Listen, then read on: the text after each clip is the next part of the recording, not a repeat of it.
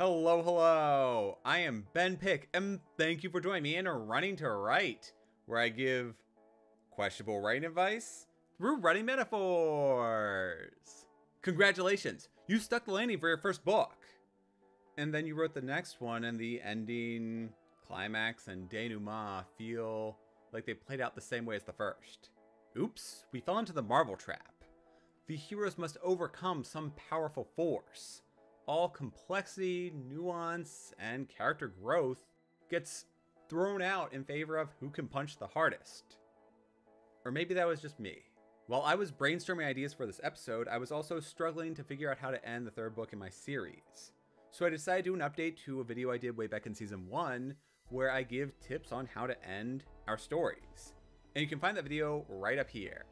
Way back in season 1, I focused on writing a single ending. Here I'm focusing on differentiating the endings between our various novels. We each have tendencies in our writing style, and if we're not careful, those could lead to repetitive plot points, which will be boring for readers. My work in progress had a pivotal moment to get to, but for all the emotions in place, the story and its climax ended up being similar to what I had done in a previous book. Then on a run, I had a flash of insight. I found a way to end the story by giving my characters more agency. This expanded my ending in a way which gave it more meaning and made me happy to want to write.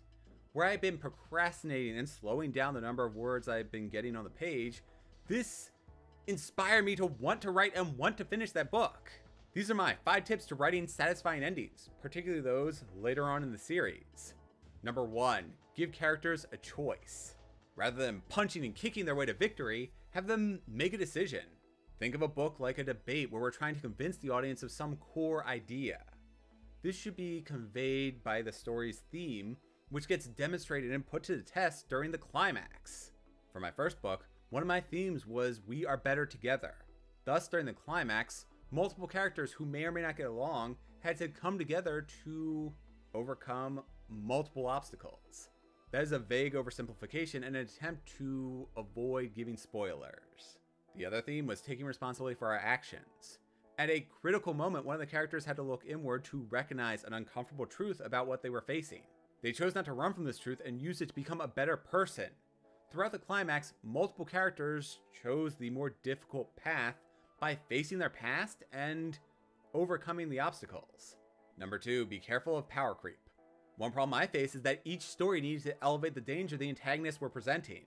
If new antagonists are just more powerful versions of what the heroes have already defeated, that doesn't challenge them in new ways.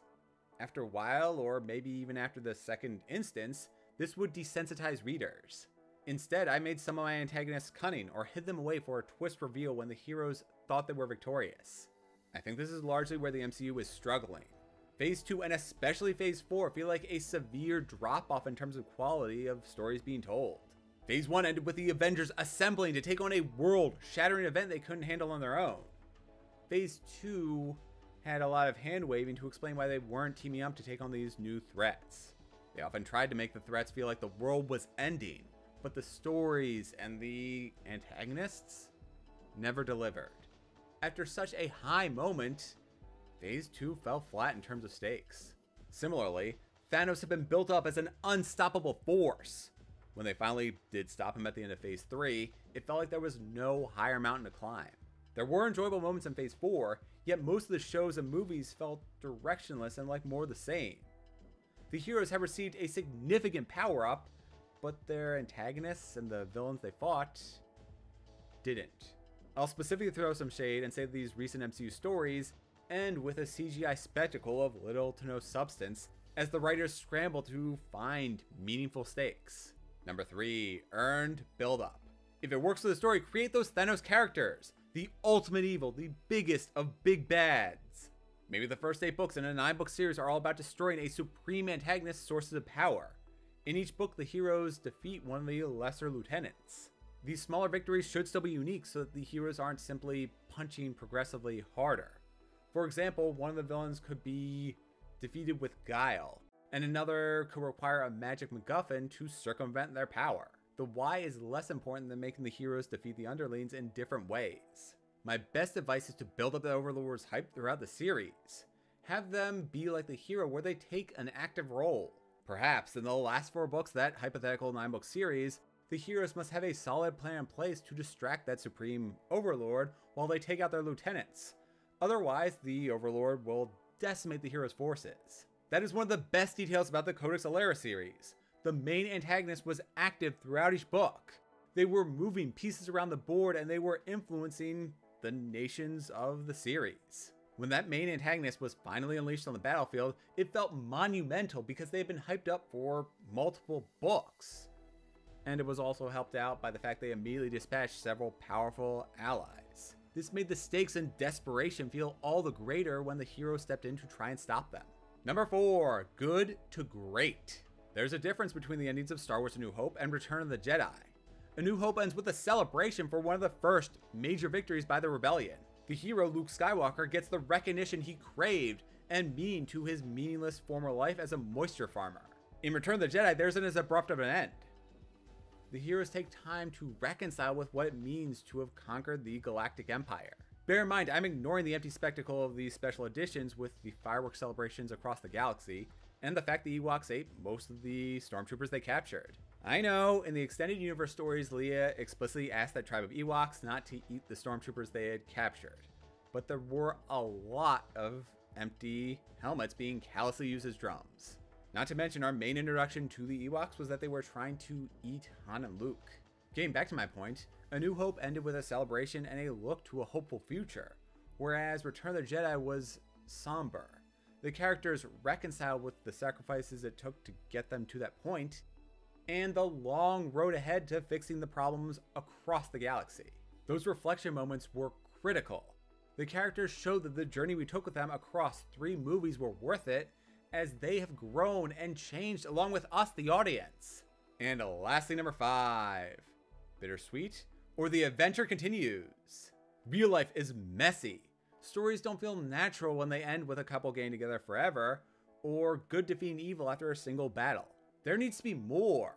Maybe the couple kiss for the first time and decide to see where the relationship goes.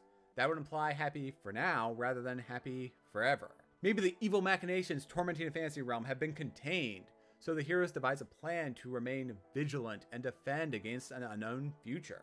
Even those ideas feel a little too simple and sweet for me. For the bittersweet ending, the heroes could feel proud of all they accomplished, yet recognize the loss of never being able to come together like this again. The burdens of freeing a country will now require them to rule it, which leaves no time to go off on an adventure with their friends. I enjoyed when the opposite happened on Game of Thrones. That's right, I'm complimenting one of Game of Thrones' ending, or at least a part of it, despite overall it being one of the worst and most reviled endings of recent history. For all the missed opportunities, they took one of the most restless characters and put them on a voyage, a sailing trip into the unknown. That felt fitting for the character, even if it means they probably won't see their family again. A different story, which includes my favorite bittersweet ending, takes place in the moments just after the heroes save the world. They are all splitting off to return home with little more than the memories of the journey, and due to plot reasons, there will be no way for most of them to come together again. I always revel in the bittersweetness of 2 of the remaining characters floating off on balloons together amid fireworks.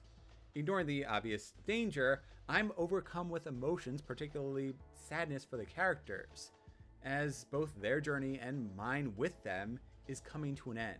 Then there are stories in which characters are transported to a fantasy realm and have their adventure, then return home. If they were aged up through the journey, they will likely be returned back to their child bodies by the end.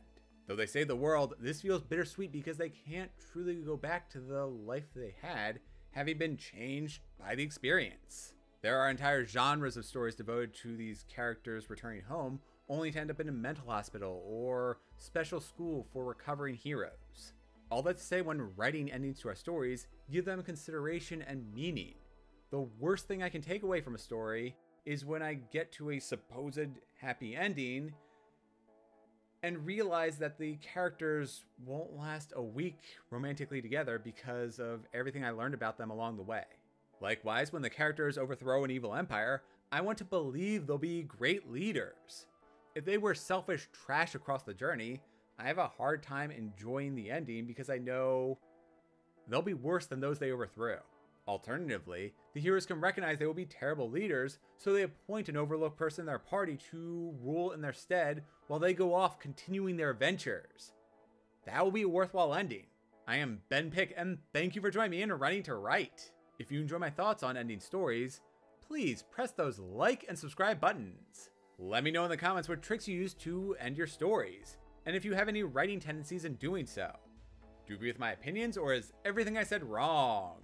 I post my running and writing progress on Instagram and Twitter as Running to Write, so be sure to follow me and join in with your own thoughts.